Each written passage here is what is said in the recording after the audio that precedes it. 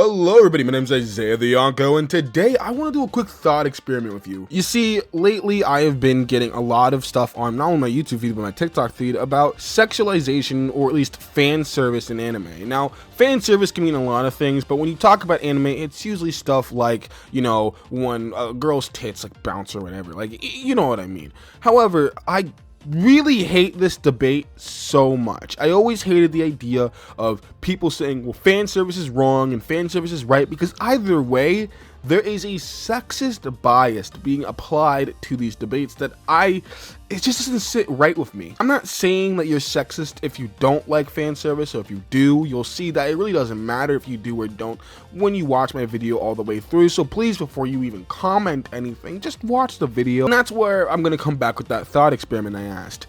If you like fan service, or if you don't, really does not matter, because I'm gonna ask you this one question. Mitsuri Kanroji and Shinsegawa from Demon Slayer. If I put both of their official PNGs here, who do you think is more sexualized in either of these PNGs? I bet, regardless if you like fan service or not, you're going to say Mitsuri Kanroji's. A lot of people tend to have an issue with Mitsuri's character design, mainly her boob window. However, nobody tends to have the same issue with Shinsegawa's design, with his window to his entire chest. You might be sitting there saying, Isaiah, what are you trying to get at? Well, what I'm trying to get at is this main bias that I have an issue with, and that is women are inherently more sexual than men. Now, you're saying, Isaiah, no one's saying that. I know no one's saying that, but most of people's arguments have to have that belief. Let me get into more an unbiased, just lens into character designs and analysis in anime real quick. Completely unbiased, just objective truths right here. Now, of course, what you find sexually appealing or sexually attractive, that's up to you, and I'm not here to dog on you for what you like, man. If you like what you like, you love what you love. I'm not the type of nigga.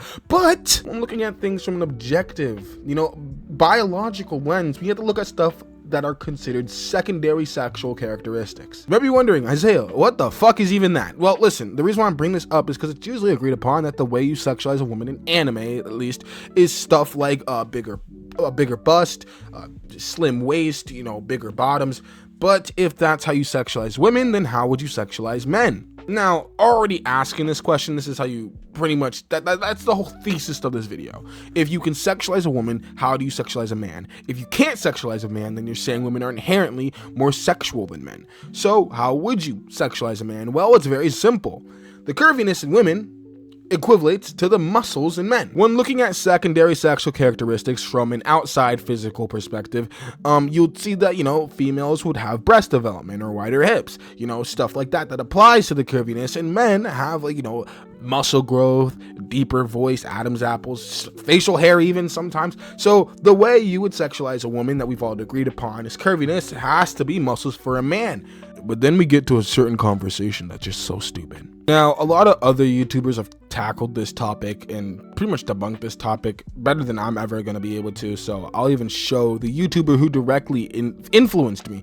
Not only influenced me, but pretty much inspired me to make this video. And I'll even flash his channel up on screen. Yumasaki's Library, I think is how you pronounce his name. The basic argument is that men can't be sexualized, at least in shonen manga, because men also want muscles. But wouldn't that mean that women inherently are always going to be more sexual than men in a lot of shonen manga? So there's no real way to fix anything unless you made shonen manga for everybody, which at this point it kind of is, honestly, because everybody does tend to watch, not everybody like literally, but both men and women do tend to watch anime now, and a lot of that is shonen manga, and now a lot of shonen manga are being written for both men and women, even though it's supposed to be for teenage boys. However, I don't think that type of argument fits into what I'm talking about, not because it debunks anything, but mainly because that's more of a subjective thing.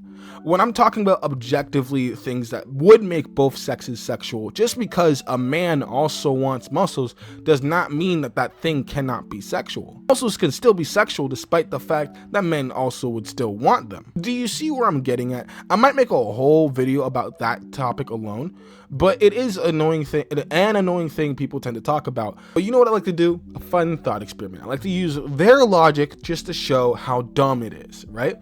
If this is true, if muscles don't count as sexualization because men also want muscles, that would mean, by their logic, women always, no matter what, are inherently more sexual than men. And, by their logic, if sexualization is so bad, that means, and again, by their logic, that means women just can't be in stories. Ever. That if it's targeted to a man, a woman can't be in the story. Because to avoid sexualization, that means women just can't be there because they're inherently more sexual. But if women are in the story, that's sexist. Do you see why I think that's dumb? In order to avoid sexualization in manga, you have to not have women. But if you don't have women, that's sexist. So muscles have to be sexualization, because if they're not, you're inherently saying women are inherently more sexual. So then let's go back to that original thought experiment that I put up in the beginning of the video. Both Shinizugawa and Mitsuri are sexualized in these images. Shinizugawa has his chest out, showing his abs, and Mitsuri has a boob window. It's pretty much the same area on the human body.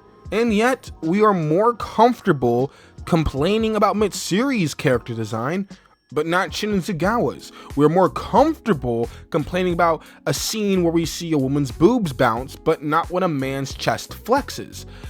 Why is that? Well, because it's my belief that we have grown up conditioned to believe that muscles aren't sexual, at least in anime or in a lot of media, that for some reason women are inherently more sexual than men.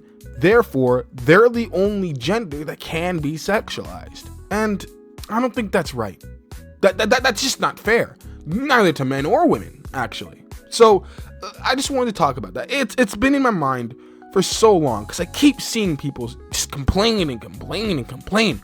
Oh, the fan service in this anime ruined it. Fire Force, for example, is one of the most annoying ones, because, yes, I don't like Tatsumaki, I think that's her name, not because of the whole fan service thing. I do think sometimes fan service can ruin, some scenes. But when you complain about her, but not complain about the fact that there was an entire episode about all of the boys in Fire Force doing a nude photo for a yearbook, it's a little weird, right? I mean, they did a nude calendar episode for the men. No one complains about that.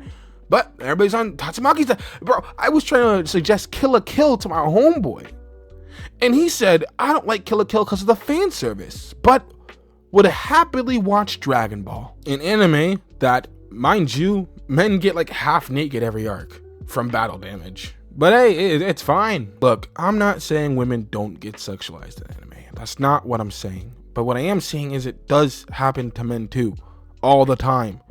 And no one talks about that because as a society, we're just more comfortable with men being sexualized. Look, and again, I'm not even saying that if you don't watch anime because of this, like if you find women with like half naked from battle damage, or just get half naked just cause like uncomfortable, I'm not saying you're in the wrong. I want to make this perfectly clear, because I'm ending the video soon. I'm making this perfectly clear. If you find that sort of stuff uncomfortable, I'm not saying you're incorrect for that.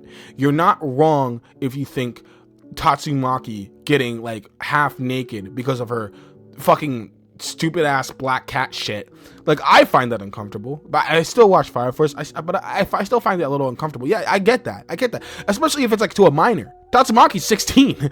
I get that if it makes you uncomfortable. I'm not saying you're wrong for that. But what I am saying is, if you're gonna complain about one thing, be consistent. Be consistent about it. At least, at the very least, because fucking other characters have that same, like, for example, I know I brought up like Shinizugawa and Mitsuri all the time for this video because they're honestly like the perfect example for this. But like Shin Jin-woo in Soul Leveling is sexualized, but that's okay. But me wanting like if you watch Prison School, like I haven't seen Prison School yet, but I do know like the principal character, the one girl on all the posters. I haven't seen Prison School yet, but I know people don't like her character design and say that's wrong. Didn't we like sexualize Gojo all of like the season 2 when that was airing? Him breathing was okay, and everybody was able to sexualize that.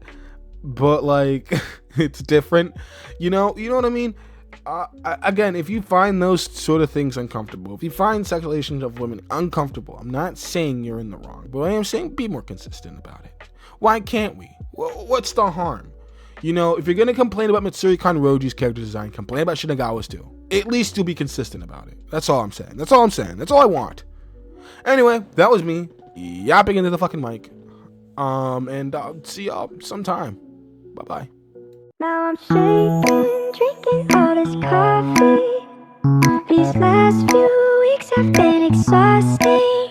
I'm lost in my imagination, and there's one thing that I need from you.